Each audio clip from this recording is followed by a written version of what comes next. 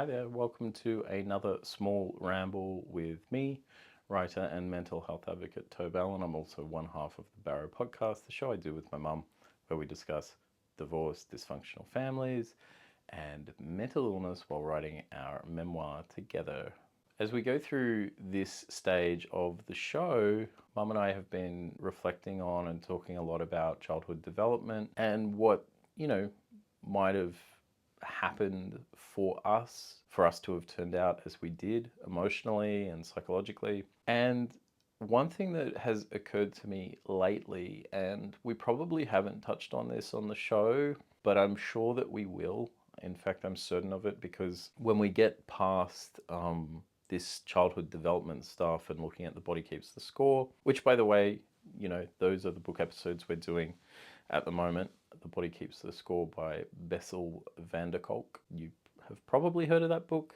It's worth checking out. You can find our first video on it right here, first episode on it. We're going to do a few more episodes on the same text, but eventually we'll get into sort of like my perspective, my side of the story, because we sort of wrapped Mum's side of the story, a month or two ago, and we're doing this childhood development stuff, and then we'll get into me and my adolescence and catch me up to where I'm at now, in the same way that we sort of went through with Mum and got to her divorce and all that sort of stuff. There's much more of the story to tell, so we will continue with that, and we'll touch on this then.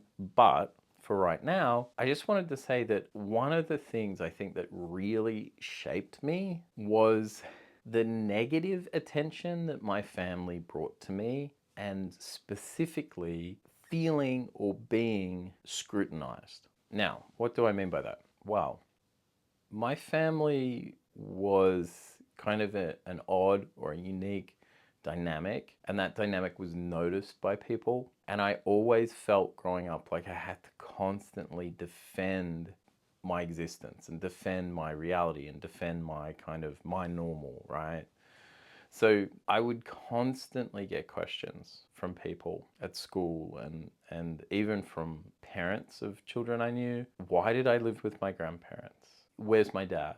Why doesn't my mum date? Does she have a boyfriend? Is she going to get married again? Why does my grandfather drive me to school? Why don't I have a part-time job? I always felt like I was, being scrutinized. And I'm a very sensitive person, and I really took this on as basically, there's something wrong with you, we don't approve of you, you're not normal, your family's not normal. And of course, maybe these were just questions that people asked, and why not? Why not ask a question?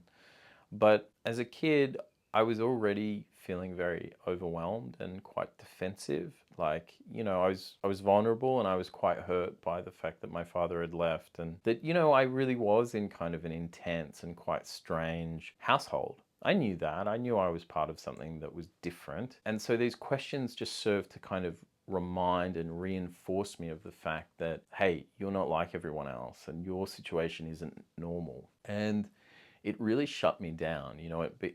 It made me a very secretive person, and I'm already an only child, but now I feel as if the world kind of has an issue with me, and so I get even more secretive and I withdraw even more. And I'm just now grasping the toll and the effect of that stuff. And I wonder, in fact, I'm sure this is relatable to other people, that you have something about your dynamic or your family that draws attention to you. And some people are able to say, that's how we are, or, that's none of your business, or simply answer the question and move on and be unaffected by it. But for me, it was shame and rejection. That's how I took it, and that's how I felt. I felt like people are noticing me.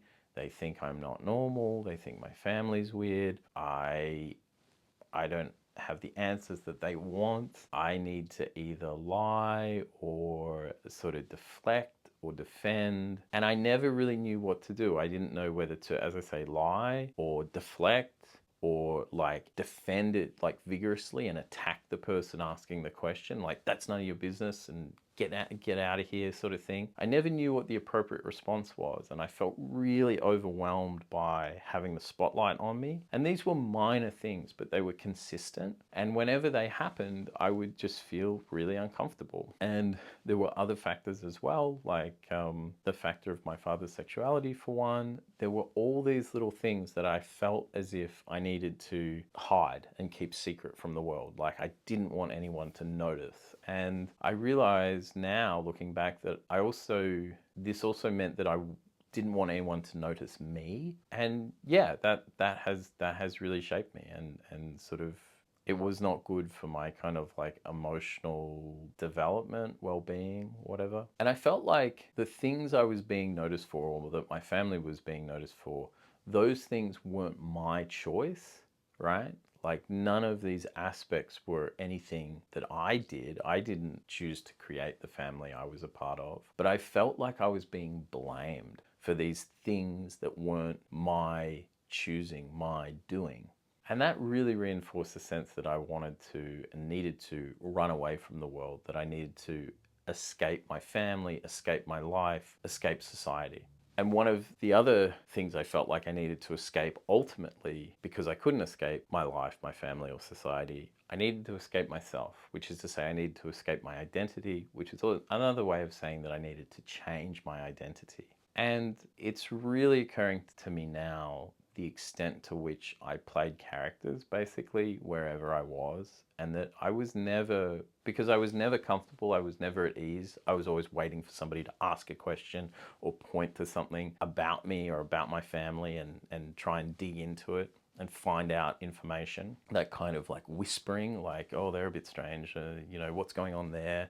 I really just created personas and characters in every situation I was in, to kind of mask, who I was and what was going on. Like I was really cagey. I never opened up about anything. I never told anybody really anything close to the truth about my experiences. I really, really, really shut down. And later in life, like through my late teens, early 20s, and this is really embarrassing and difficult to admit, but I would even use fake names. I would give different names to people. Like I would call myself other names. These were situations that I didn't feel were particularly important. Like it wasn't like I was, getting a passport and giving a fake identity or something like this. I mean, you can't get away with something like that. But if I was out like at a bar somewhere and I just happened to meet somebody, I would just invent. I would give them a different name. I'd give them